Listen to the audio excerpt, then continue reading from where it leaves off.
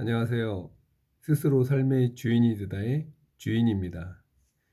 이번 시간은 나에게 일이란 무엇인가에 대해 이야기해 보도록 하겠습니다. 우리는 돈이 되는 걸 일이라고 생각합니다. 어찌 보면 돈이 되는 것만 일이라고 하는 자본주의에 찌들어 착각하고 있는 거죠. 취업도 돈이 되는 곳에만 몰리곤 합니다. 그러다가 100억 벌면 일을 안 하겠다고 합니다. 놀고 먹겠다는 생각을 하는 거죠. 말 그대로 착취하겠다는 겁니다.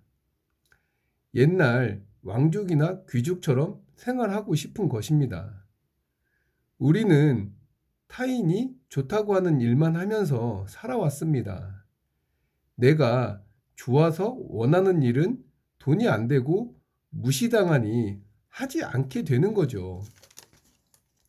그런데 사실 그곳에서 행복이 있고 가치가 있는데 말이죠. 일을 할 수 있다는 것은 내가 살아있는 가치를 느낄 수 있는 중요한 것입니다. 하물며 식물도 공기를 정화하며 인간에게 맑은 공기를 제공해 줍니다. 자기의 일인 거죠. 그래서 나를 발견하는 시간이 필요합니다. 자본주의의 돈만 바라보고 돈이 좋다고 쫓기보다는 내가 원하는 가치 있는 일 말입니다. 그러면 일의 보람을 느끼고 살아있다는 뿌듯함을 느끼며 그런 상황을 매일 볼 수 있는 거죠. 돈을 쫓지 않게 되니 나를 향유할 수 있는 시간도 늘어나게 되며 하루가 행복합니다. 내가 원하는 일, 하고 싶은 일을 평생 한다면 얼마나 행복할까요? 무언가를 할 수 있다는 것은 살아 있다는 것입니다. 당연히 즐거울 수밖에 없는 거죠.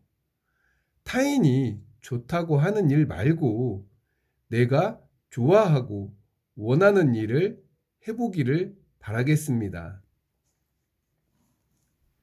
그럼 손자병법 3. 모공편 8. 패배를 인정하는 것도 지혜 시작하겠습니다. 대등한 병력이라면 싸울 수 있고 적보다 병력이 적으면 도망가고 적보다 실력이 약하면 피한다. 전력이 약한 군대가 고지스럽게 저항하면 강한 적에게 잡힌다. 아군과 적군의 병력이 대등하다면 싸울 수는 있다. 조조는 이렇게 해설했다. 나와 적의 병력이 대등하다면 용병에 능한 자는 응당매복을 하고 기병을 사용하여 적을 이긴다. 조조는 어떻게 싸우라고 조언하는가? 여전히 분전법을 제시하고 있다. 정병으로 도전하고 기병으로 매복하라는 것이다. 여기서 조조는 어느 정도 병력으로 정병을 삼고 어느 정도 병력으로 기병을 삼아야 한다고 설명하지는 않았다. 그러나 역사적인 사례를 살펴보면 도전하는 정병은 소규모 부대이고 매복하는 기병이 대규모 부대였다. 만일 아군의 병력이 적군보다 적으면 도랑을 깊게 파고 보루를 높게 쌓은 뒤 방어에 전념하거나 또는 아군의 병력을 은닉하여 적이 아군의 허실을 파악하지 못하게 하고 기회를 엿봐 안전하게 주의해야 한다.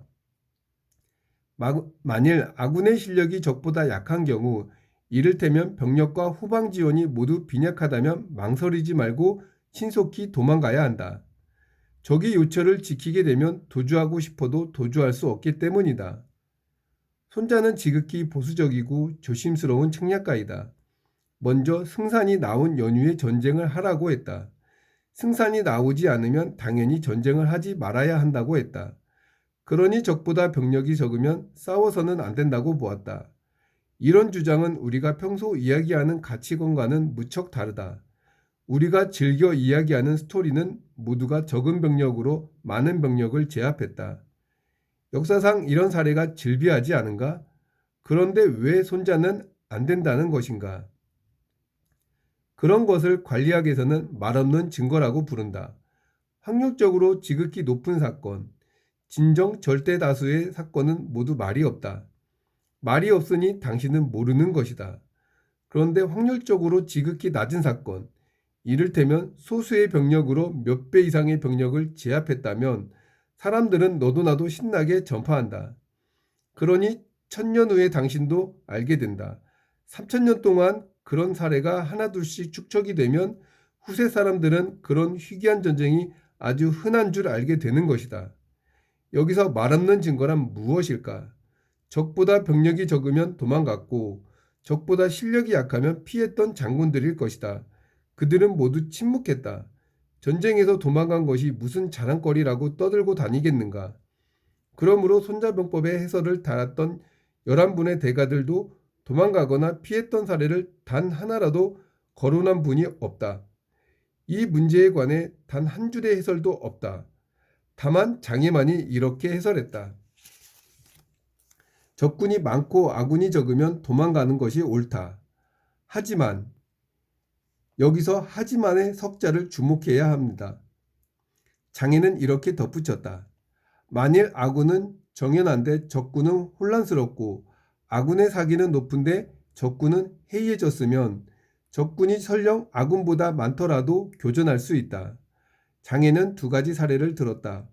오기가 500승으로 진나라 50만 대군을 격파했고 사연이 8,000병졸로 북연해 100만 대군을 물리쳤다. 꼭 도주할 필요가 있겠는가? 차분하게 생각해 보기로 하자. 손자는 달걀로 바위를 치지 말라고 신신당부했다. 하지만 장애는 달걀로 바위를 쳤던 사례를 2개나 들었다. 당신이라면 장애 버전의 하지만 병법을 믿고 전거 500량이 불과한 군대로 50만 대군을 설면할 수 있고 8,000명을 이끌고 100만 대군을 제압할 수 있겠는가? 사람들은 대부분 자신이 그 하지만 병법의 주인공이 될 수 있다고 믿는다. 모든 하지만은 역사에 기록되었고 또한 역사상 모든 하지만의 배후에는 우리가 알지 못하는 수많은 우연이 있는데 그 우연 중에 단 하나라도 결여되면 그 하지만은 성립되지 않는다. 이제 나는 적보다 병력이 적으면 도망갔고 적보다 실력이 약하면 피했던 사례를 2개 보충하고자 한다. 하나는 말없는 증거이고 또 하나는 자연스럽게 마구 선전하는 사례이다. 말이 없는 자는 석달개이다. 중국 근대사 태평천국 때의 일이다. 태평천국의 교주 홍수전 측군들의 권력 다툼에 실망한 석달개는 당시 천국의 수도 남경을 떠나 사천성 지역의 근거지를 틀었다. 청나라는 토벌군을 파견했다. 석달개의 부대는 청나라 군대의 포위와 추격을 피해 1년 반 동안 사천성, 귀주성, 운남성을 전전했는데 그 사이 4번이나 사천성으로 진입하여 양자강의 방어성을 돌파했으나 끝내 탈출하지 못하고 죽었다. 죽었으니 말이 없다. 중과부적이면 피하거나 도망가는 것이 상책이라는 손자병법의 내용이 옳았음을 증언할 수 없는 것이다. 또 하나는 모태똥이 위대한 탈출이라 요란하게 선전했으니 다 알 것이다. 탈출하여 도망갔는데 그것도 보통 도망이 아니다. 무려 25,000리를 도망간 것이다. 이른바 중국 공산당 홍군의 장정이 그런 것인데 그렇게 도망갔지만 결국 최후의 승리를 거두어 지금 중국은 중국 공산당의 천하가 아닌가 말이다. 손자병법의 전력이 약한 군대가 고집스럽게 저항하면 강한 적에게 잡힌다고 했다. 당시 홍군이 강서성에서 탈출하여 도망치지 않았다면 어떻게 되었을까? 다행히 장개석의 국민당 군대의 모조리 생포되거나 죽임을 당했을 것이다. 그런데 최후의 승리를 거두었기에 손자병법의 내용이 옳았음을 증명할 수 있다. 증언하는 정도가 아니라 위대한 탈출이라고 선전하고 있다. 한나라 때 명장으로 이릉이 있다. 한무제는 이릉에게 대장군 이광리가 주의하는 원정군의 병참 보급 임무를 책임지라고 명했다. 이릉은 수치스러워 보병 5,000명을 주시면 흉노의 본거지로 곧장 진격하겠노라고 기염을 토했다. 하지만 흉노 10만 정예 기병에 포위되고 참패했고 마침내 생포되고 말았다. 한무제는 이릉의 가족을 몰살했다. 당시 사마천은 이릉과 동양이라 몇 마디 도와주는 말을 했다가 그만 한무제의 노여움을 사 하마터면 죽을 뻔했으나 궁형을 자청하여 겨우 목숨을 건졌다. 인간은 누구나 이기고 싶어 하지만 현실에서 실제 일을 해보면 패할 가능성이 무척 높다. 그러니 실패를 인정할 줄 알아야 한다. 대만의 IT 기업 괭기의 명예회장 시진영은 자주 이렇게 말했다. 실패를 인정해야 이길 수 있습니다. 한 번 실패했다고 인생이 끝나는 것은 아니다. 삶은 여하튼 계속되어야 하지 않겠는가. 그러니 실패했음을 깨끗이 인정하면 훗날 이길 수 있는 미천을 보존할 수 있고 또한 기회가 오면 그 미천을 바탕으로 재기하여 성공할 수 있는 것이다. 명나라 때 왕양명은 학문적으로 훌륭했고 공운도 탁월했던 분이다. 그 당시 공포의 비밀경찰 금이위 왕양명을 모함하려고 온갖 수단을 다 동원하여 백성들을 괴롭히고 해쳤다. 왕양명이 도와주려고 나설 때 꼬투리를 잡아 해치려는 심산이었다. 왕양명은 그 모든 것을 꾹 참고 버텼다. 암흑천지의 세상에서 도탄에 빠진 백성을 구원하고 정의를 신장하겠다고 나서봐야 본인이 먼저 분골쇄신이 될 뿐 아무도 구할 수 없음을 그는 알고 있었기 때문이다. 금이위가 도무지 어떻게 해볼 수 없어 스스로 알아서 포기할 때까지 그는 기다렸던 것이다. 왕양명은 실패를 인정했다. 당장 현실에서 아무것도 할 수 없음을 인정했다. 실패를 인정했기에 미천인 목숨을 건져 보존할 수 있었다. 이제 이길 일만 남았지 않은가? 우리는 실패하면 인생이 망했다고 생각을 합니다. 또한 실패한다고 하면 주변 시선을 의식해 더욱 위축되곤 합니다. 자신감도 잃어버리고 스스로 자괴감에 사로잡히게 됩니다. 그런데 한 번에 성공하는 것은 없습니다. 아인슈타인도 10,000번을 실패했습니다. 성공한 것은 몇 개 있지 않습니다. 우리는 실패를 너무도 두려워합니다.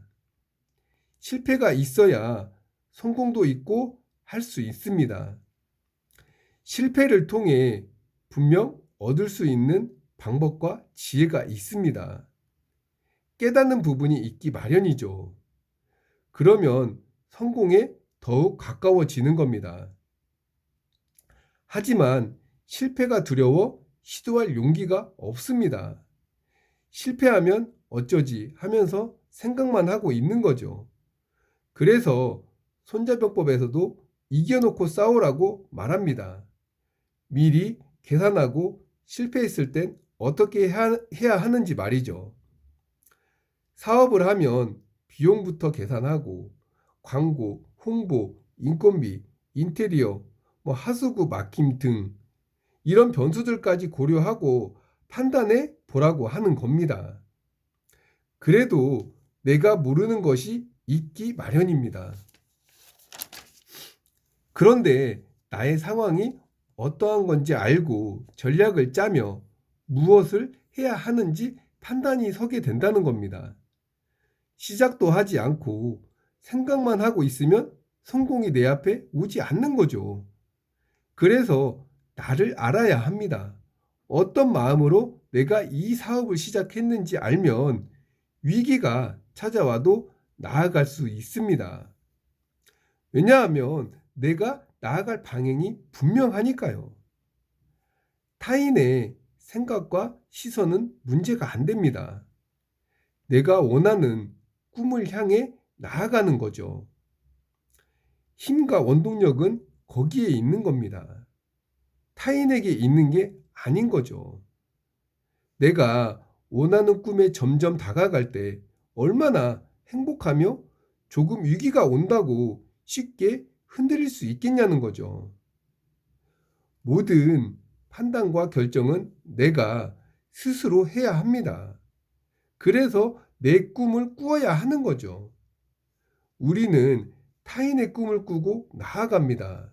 위기가 찾아오면 회피합니다. 내 꿈이 아니니까요. 나의 목표는 돈이었습니다. 돈이 안 되면 무엇이든 버리게 되는 겁니다. 사람도 자릅니다.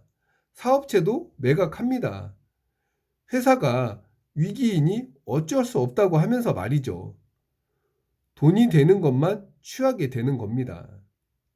우리가 직장 생활할 때 위기가 찾아오면 제일 먼저 인원 감축부터 시작하잖아요. 꿈이 있는 회사인지 생각해 볼 필요가 있습니다. 위기에 오너가 자기 사재를 팔아서 위기를 넘기는 회사들도 있습니다. 무슨 차이가 있을까요? 나의 방향이 어디에 있느냐는 것입니다. 실패를 두려워하기보단 계산하고 준비하여 이겨놓고 싸우는 지혜를 가져야 하겠습니다. 오늘 또 나를 생각하는 시간이 되셨으면 합니다. 그럼 저는 다음 시간에 뵙겠습니다. 감사합니다.